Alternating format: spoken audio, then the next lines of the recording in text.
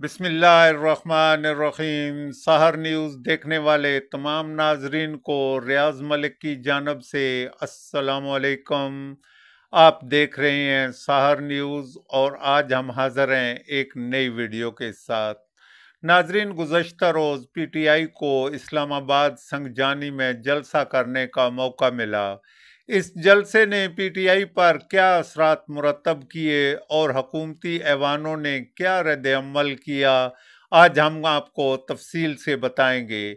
मगर आपसे गुजारिश है कि अगर अब तक आपने सहर न्यूज़ एचडी रियाज अहमद मलिक को सब्सक्राइब नहीं किया या आप मेरे चैनल पर नए हैं तो प्लीज़ सहर न्यूज़ एचडी रियाज अहमद मलिक को सब्सक्राइब करके साथ लगे बेल आइकन को प्रेस कर दें ताकि हमारे चैनल पर हर आने वाली वीडियो का नोटिफिकेशन आपको मिल सके। तो नाजरीन, शुरू करते हैं आज के व्लॉग की स्टोरी। गुज़श्ता रोज़ पीटीआई ने संगजानी इस्लामाबाद की मवेशी मंडी में जलसा किया। इस जलसा में हम अवाम का तज़किरा बाद में करेंगे। सबसे पहले कायदीन का जिक्र करते हैं। यहाँ स्टेज पर हर आने वाले कायद ने बड़ा जोश दिखाया, मगर इस जोश में वो होश पर काबू न रख सके। मैं यहाँ ख़ास तौर पर खैबर पख्तूनख्वा के वज़ीर आला अली अमीन गंडापुर का जिक्र करूँगा। उसने वो इसलिए भी कि वो एक सूबे के हाकम हैं। उन्होंने क्या कहा, पहले आप ये मुलाजा कर लें। जो कलम बेच रहे हैं, इमरान खान और पीटीआई पे जुल्म हुआ, इन्होंने एक बात नहीं की। इंसाफियों को पहचानो, ये पैसे लेकर इन लोगों को बचाते हैं जिन्होंने आपका पैसा लूटा है। पहचानो इनको और सुन लो ये सारे, तुम जो हमारे खिलाफ कैंपेन चलाते हो, तुम्हारा ख्याल है हमें ब्लैकमेल करोगे। मैं लानत भेजता हूं तुम्हारी सहाफत पे, ऐसी सहाफत पे लानत भेजता हूं मैं। ये कुछ बिकाऊ टट्टू और ये कुछ दूसरी जो बैठी हुई है, ये जो सहाफत कर रही है, मैंने नोट भी खा मेरा मूड बने, मैंने नोट भी खा मेरा मूड बने। मैं तुम्हें चैलेंज करता हूं, तुम्हारा हाथ आजाद है, जो कहना है कहो, मैं तुम्हें कन्फ्रंट करूंगा। ये कौम मेरा साथ देगी।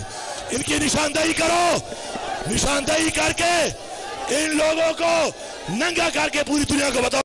1 से 2 हफ्ते में कानूनी तौर पर इमरान खान रिहा ना हुआ तो खुदा की कसम हम इमरान खान को भी खुद रिहा करेंगे। मैं आपको लीड करूंगा, पहली गोली मैं खाऊंगा, आगे मैं हूंगा। अगर अब हम पीछे हटे तो न दोबारा ऐसा मौका मिलेगा, न दोबारा ऐसा लीडर मिलेगा। इमरान खान जल्द हमारे दरमियान होगा और जो उसके रास्ते में रुकावट बना, फिर मेरे पास भी कई लोगों के केस पड़े हैं, हथकड़ियां लगा के घसीटूंगा उन सबको।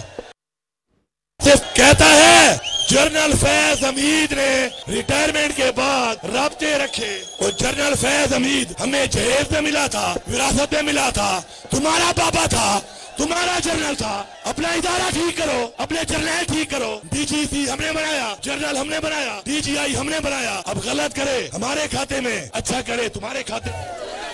इमरान खान के वकला ने बताया कि इमरान खान के केसेस खत्म हो चुके हैं। पाकिस्तानियों सुन लो, 1 से 2 हफ्ते में कानूनी तौर पर इमरान खान रिहा ना हुआ तो खुदा की कसम हम इमरान खान को भी खुद रिहा करेंगे। आप देखें कि इतने बड़े लीडर को क्या ये जुबान जेब देती है जो मौसूफ इस्तेमाल कर रहे हैं।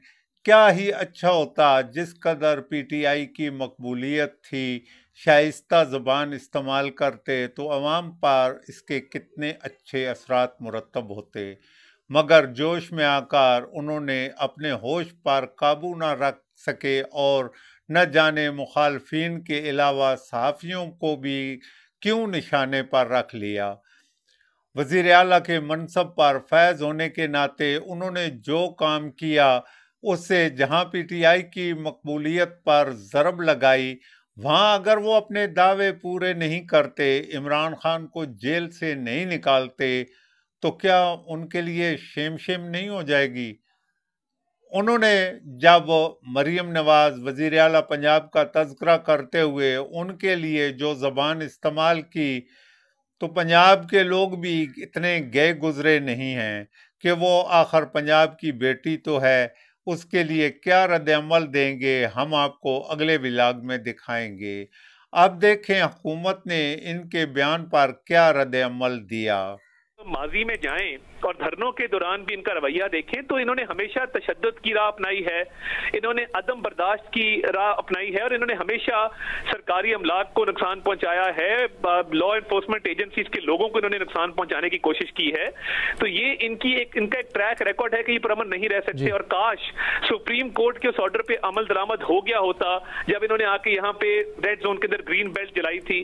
तो मुझे ये समझ नहीं आती कि सुप्रीम कोर्ट ने जब कंटेम्प्ट का भी नोटिस दिया उस ऑर्डर पर आज तक अमल दरामद क्यों नहीं हो सका।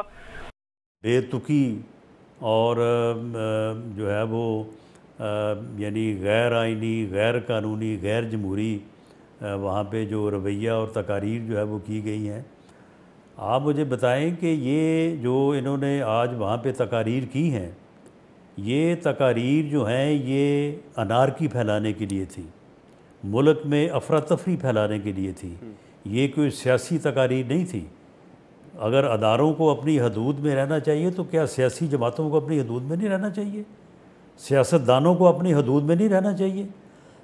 ये बताएं कि 3.5 पौने 4 साल में मुस्लिम लीग नून के किस जलसे में इस किस्म के अल्टीमेटम दिए गए, किस जलसे में जो है वो फ़ौज के मतलब जो है वो इस अंदाज से। लेकिन फ़ौज के ख़िलाफ़ जो आप सबसे बड़ा हवाला जो है मियाँ नवाज़ शरीफ की गुजरांवाला की तकरीर का देते हैं। मियाँ नवाज़ शरीफ ने गुजरांवाला की तकरीर में 5 मरतबा आर्मी चीफ और उस वक्त के DGI का नाम लिया, एक मरतबा भी उन्हें कोई तू या तकरार की बात नहीं की, उनका बाकायदा पूरा नाम साहब कह के लिया कि साहब ये आपके ज़ुम्मे है, ये साहब ये आपसे गिला है।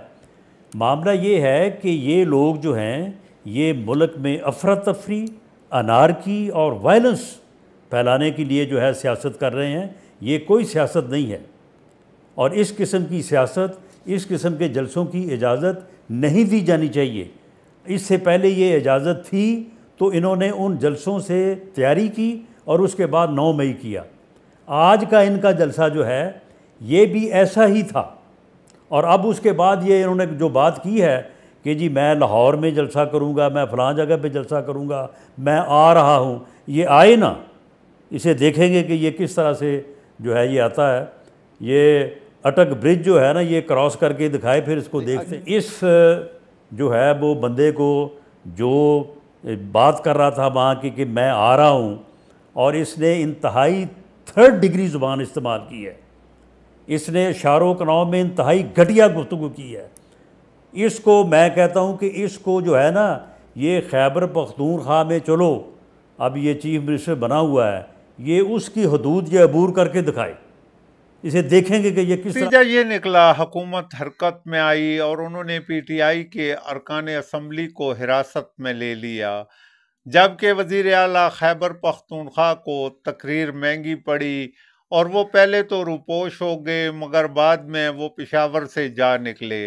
अब कानून क्या रास्ता लेगा ये तो आप कुछ दिनों बाद ही देखेंगे, जबकि PTI के मेंबरान असम्बली ने इस बात पे शोर मचाया कि ये काम गैर आईनी है क्योंकि वो असम्बली में थे और उनकी गिरफ्तारी असम्बली के अंदर से हुई।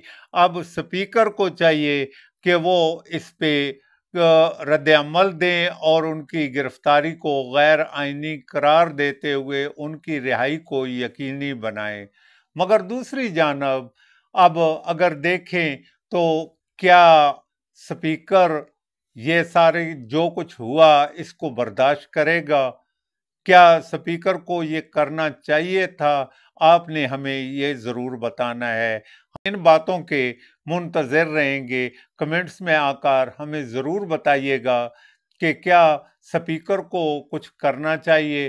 क्या PTI के अरकान असम्बली या दूसरे कायदीन ने जो ज़बान इस्तेमाल की क्या उन्हें करना चाहिए? क्या PTI की मकबूलियत बरकरार रहेगी? इसके साथ ही आपसे इजाज़त चाहेंगे। कल हाज़िर होंगे एक नए व्लॉग के साथ। उम्मीद है आपको हमारी वीडियो अच्छी लगी होगी। अगर हमारी वीडियो अच्छी लगी है तो इसे लाइक ज़रूर करें, कमेंट्स में हमें अपने ख्यालात से ज़रूर आगाह कीजिएगा। कल तक के लिए इजाज़त दें। अल्लाह हाफिज़।